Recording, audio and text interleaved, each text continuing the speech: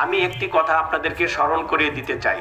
ইসলাম হলো এমন একটা সুন্দর জীবন ব্যবস্থা, যেই জীবন ব্যবস্থা আপনাকে সর্বপ্রথম দুনিয়ায় আপনার জন্য শান্তির ব্যবস্থা করে দেয়। আল্লাহ তাআলা কোরআনে কারিমে বলেছেন, রব্বানা আতিনা ফিদ দুনিয়া হাসানা। মানুষ মনে করে যে ইসলাম শুধু পরকালের কথা বলে। মানুষ কেমন জানি একটা বিশ্বাস হয়ে গেছে মানুষের মাঝে যে ইসলাম শুধু মাটির নিচের কথা বলে। আসলে কিন্তু তা না। ইসলাম সর্বপ্রথম মানুষ কিভাবে দুনিয়াতে সামগ্রিকভাবে সফল হতে পারে, শান্তি মুক্তি অধিকার নিশ্চিত হয়, সর্বপ্রথম সেই দিক নির্দেশনা ব্যবস্থা ইসলামের মাঝে আছে। ঠিক না ভাই? দেখুন, ইসলাম হলো একটা পূর্ণাঙ্গ জীবন ব্যবস্থা এবং এটাই হলো আমার স্রষ্টার, আমার রবের একমাত্র মনোনীত জীবন ব্যবস্থা এবং এটা হলো সর্বোচ্চ পূর্ণাঙ্গ এবং এটা হলো সকল প্রকার ত্রুটি বিচ্যুতি মুক্ত এবং এটা হলো নিশ্চিত সত্য একটা জীবন ব্যবস্থা। শুধু তাই নয়, ইসলাম হলো প্রমাণিত সফল আদর্শ। অর্থাৎ আপনারা সবাই জানেন, আইয়ামে জাহিলিয়াত, ইসলামের আবির্ভাবের আগে আরব বিশ্বের যেই সমাজ ব্যবস্থাটা ছিল, সেই সময়টাকে বলা হয় আইয়ামে জাহিলিয়াত। এই পৃথিবীর ইতিহাসে এই নিকৃষ্টতম বর্বরতম সময়টা এবং মানুষগুলো এই ইসলামের ছোঁয়ায় শ্রেষ্ঠ সময় শ্রেষ্ঠ মানুষে রূপান্তরিত হয়েছে। ঠিক না ভাই? ঠিক একইভাবে আজকের দিনেও যদি আমরা আমাদের ব্যক্তি, পরিবার, সমাজ, রাষ্ট্র ইসলামের আলোকে আমরা পরিচালিত হতে পারি, করতে পারি, তাহলে আমরা ব্যক্তি, পরিবার, সমাজ, রাষ্ট্র এই পৃথিবীর শ্রেষ্ঠ একটা সমাজ, রাষ্ট্র, ব্যক্তি, পরিবার হিসাবে আমরা গড়ে তুলতে পারবো। এই জন্য প্রিয় ভাইরা আমার, আমরা মুসলমান, আমার ইসলাম যেহেতু শ্রেষ্ঠ, আমার ইসলাম যেহেতু পূর্ণাঙ্গ, আমার ইসলাম যেহেতু প্রমাণিত সফল আদর্শ, সুতরাং সেই ইসলামকে বিজয় করার জন্য আমার স্রষ্টা আমাদেরকে তার প্রতিনিধি নিযুক্ত করেছে। আমরা হলাম আল্লাহর জমিনে আল্লাহর দ্বীন প্রতিষ্ঠা করার জন্য আল্লাহ কর্তৃক নিযুক্ত প্রতিনিধি। আমাদের দায়িত্ব হলো আল্লাহর এই মনোনীত পূর্ণাঙ্গ নির্ভুল নির্ভেজাল প্রমাণিত সফল আদর্শ ইসলামকে বিজয় করা, রাসূলের আদর্শকে প্রতিষ্ঠা করা। ঠিক না ভাই? আর আমরা যারা এই কাজটা করছি, আমরা যারা এই কাজটা সিরিয়াসলি করব, আল্লাহ তাআলা নিশ্চয়তা দিয়েছেন তাদের দুনিয়াতেও কোনো ভয় থাকবে না, পরকালেও কোনো ভয় থাকবে না, কোনো পেরেশানি থাকবে না। তারা শুধুই শান্তি শান্তি, কল্যাণ আর কল্যাণ মধ্যে থাকবে। এই জন্য প্রিয় ভাইরা আমার, আসুন, এই বাংলাদেশ 54 বছর স্বাধীন হয়েছে। এই 54 বছর যারা নেতৃত্ব দিয়ে এই দেশ চালিয়েছে, তারা যেই নীতিতে এই দেশ পরিচালিত করেছে, এই নীতি এবং এই নেতৃত্ব সম্পূর্ণভাবে ব্যর্থ হয়েছে। ঠিক না ভাই? দেখুন, স্বাধীনতার পরে মরহুম শেখ মুজিবুর রহমান সাহেব বলেছিলেন যে আমি ক্ষমতা চাই না, আমি জনগণের অধিকার চাই। বলেছিলেন কিনা ভাই? 1970-এ 7ই মার্চ ভাষণে তিনি বলেছিলেন যে আমি জনগণের অধিকার চাই, আমি ক্ষমতা চাই না। পরবর্তীতে তিনি প্রধানমন্ত্রী হয়েছেন, রাষ্ট্রপতি হয়েছেন। রাষ্ট্রপতি, প্রধানমন্ত্রী হওয়ার পরে জনগণের অধিকার প্রতিষ্ঠা না করে জনগণের অধিকার সম্পূর্ণভাবে কি করেছেন? তিনি বঞ্চিত করেছেন, হরণ করেছেন বাকশাল কায়েম করার মাধ্যমে। ঠিক না ভাই? বেশি সময় নেই, বিস্তারিত বলছি না। ঠিক মরহুম জিয়াউর রহমান একই কথা বলেছে যে আমি সেনাবাহিনীর লোক, আমি রাষ্ট্র চালানোর জন্য আসিনি, রাজনীতিবিদদের দিয়ে আমি চলে যাব।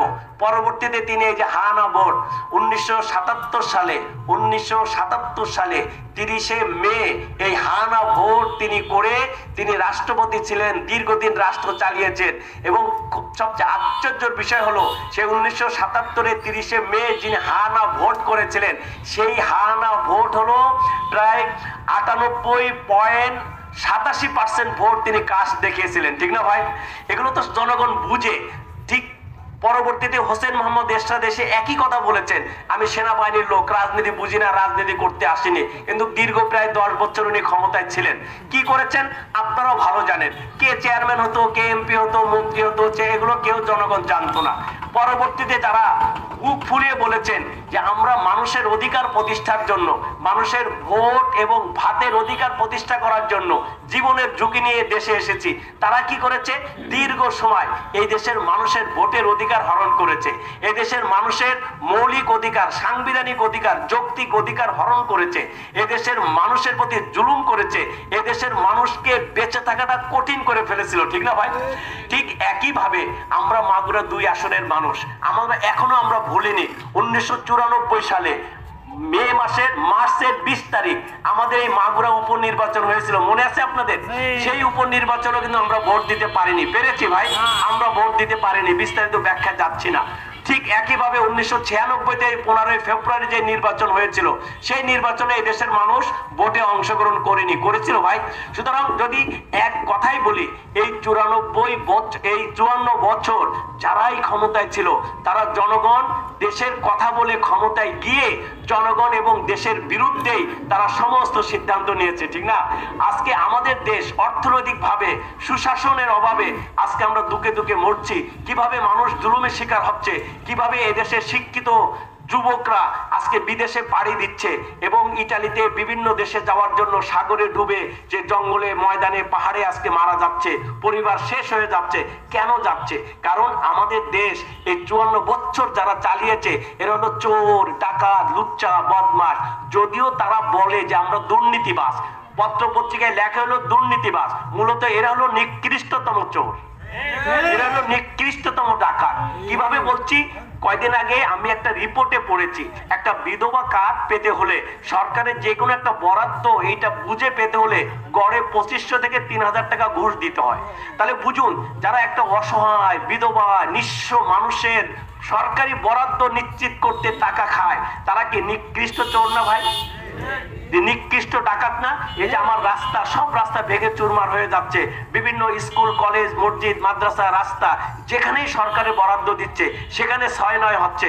গত সরকারের একজন মন্ত্রী এম এ মান্নান, পরিকল্পনা মন্ত্রী, বলেছিল আমরা যদি এলাকার উন্নয়নে, মানুষের কল্যাণে 100 টাকা বরাদ্দ দিই তাহলে 10 টাকার কাজ হয়।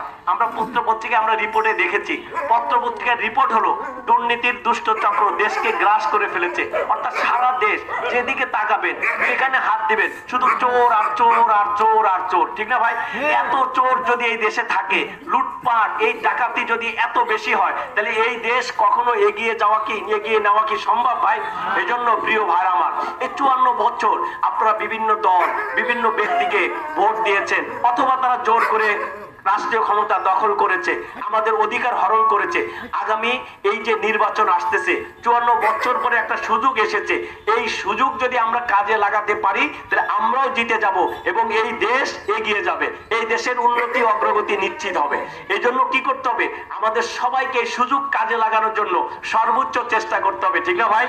সবাই করবো তো ইনশাআল্লাহ? দেখুন কেন বলছি আপনাদেরকে, এই 54 বছর পরে একটা সুযোগ এসেছে। আমরা আমাদের দেশের সাধারণ মানুষগুলো ধর্ম প্রিয় এবং ধার্মিক এবং ইসলামকে ভালোবাসে, ইসলামকে ধারণ করে। এজন্য তাদের একটা কথা ছিল, একটা চাহিদা ছিল, একটা বক্তব্য ছিল যে আপনারা সকল ইসলামী দল মিলে আসেন, আমরা আপনাদের বিজয় নিশ্চিত করব, বলেছিল না ভাই? আল্লাহর মেহেরবানিতে আমরা আমাদের কেন্দ্রীয় নেতৃবৃন্দ যারা আছেন তারা পরামর্শের ভিত্তিতে মোটামুটি একটা সিদ্ধান্তে উপনীত হয়েছে যে আমরা ইসলামের পক্ষে, দেশের পক্ষে, মানবতার পক্ষে, ইসলাম দেশ মানবতার রক্ষার্থে, মানবতার স্বার্থ রক্ষার্থে আমরা ঐক্যবদ্ধভাবে নির্বাচন করব। এবং সেখানে যদি আমরা যারা দেশকে ভালোবাসি, আমরা যারা মানুষকে ভালোবাসি, আমরা যারা সমাজের ভালো মানুষ, আমরা যারা চুরি, ডাকাতি, লুচ্চা, বদমাশি করিও না, সমর্থনও করি না, ভালোবাসি না, আমরা যদি ঐক্যবদ্ধ হয়ে মাঠে নামি, তাহলে কোনো এই দখলদার, চাঁদাবাজ, এই জালেম, এই খুনি, এই খারাপ লোকগুলো আর কখনো নেতা নির্বাচিত হতে পারবে না, ঠিক না ভাই? এই জন্য প্রিয় ভাইরা আমার, এই সুযোগ কাজে লাগাবো, সর্বোচ্চ চেষ্টা করব। বাকি যে সময়টা আছে এই সময়টা সর্বোচ্চ কাজে লাগিয়ে আমরা ইসলামের পক্ষের শক্তিকে এবং দেশের যে স্বাধীনতা, সার্বভৌমত্ব, দেশ প্রেমিক এবং আল্লাহওয়ালা নেতাকে যদি আমরা নির্বাচিত করতে পারি তাহলে ইনশাআল্লাহ আমরা জিতে যাব, এই দেশ উন্নতি অগ্রগতির শীর্ষে চলে যাবে। এজন্য আসুন আমরা ঐক্যবদ্ধভাবে সবাই মিলে, সকল ভেদাভেদ ভুলে গিয়ে সবাই মিলে আমরা মাঠে নামি এবং প্রত্যেকটা মানুষের কাছে গিয়ে বলি, এই সুযোগ আমরা হাতছাড়া করতে চাই না। আসুন সবাই মিলে আমরা এই সুযোগ কাজে লাগিয়ে এই দেশ এবং দেশের মানুষের কল্যাণ নিশ্চিত করি।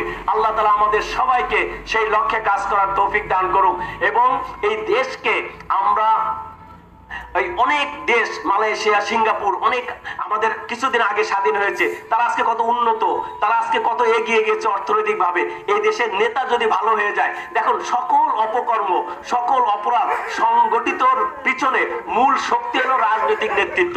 যদি দেশের রাজনীতি ভালো হয়ে যায় তাহলে দেশের সবকিছু ভালো হয়ে যাবে, নাকি ভাই? আসুন আমরা সবাই মিলে এই দেশের রাজনীতিকে ভালো করতে চাই, এই দেশের রাজনীতিকে সঠিক ধারায় নিয়ে আসতে চাই এবং এই দেশের রাজনীতিকে আল্লাহ এবং রাসূল শরিয়া অনুযায়ী আমরা পরিচালনা করতে চাই।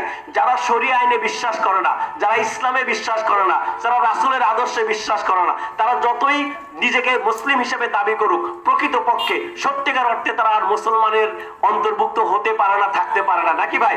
এজন্য আমরা সতর্কতার সাথে আগাবো, আমরা আমাদের কর্মকাণ্ড পরিচালনা করব, আমরা সিরিয়াসলি মাঠে নামবো, সর্বোচ্চ চেষ্টা করব। আল্লাহ তাআলা আমাদের সবাইকে সেই লক্ষ্যে কাজ করার তৌফিক দান করুক। আজকের এই অনুষ্ঠানে আপনারা যারা এসেছেন, আপনাদের সবাইকে ইসলামী আন্দোলন বাংলাদেশ মাগুরা জেলা শাখার পক্ষ থেকে, পীর সাহেব চরমরায়ের পক্ষ থেকে আন্তরিক অভিনন্দন এবং মোবারকবাদ জানিয়ে আমার সংক্ষিপ্ত বক্তব্য এখানে শেষ করছি। আল্লাহ হাফেজ। বাংলাদেশ জিন্দাবাদ, ইসলামী আন্দোলন জিন্দাবাদ, পীর সাহেব চরমরায় জিন্দাবাদ, হাত পাখা জিন্দাবাদ। আসসালামু আলাইকুম।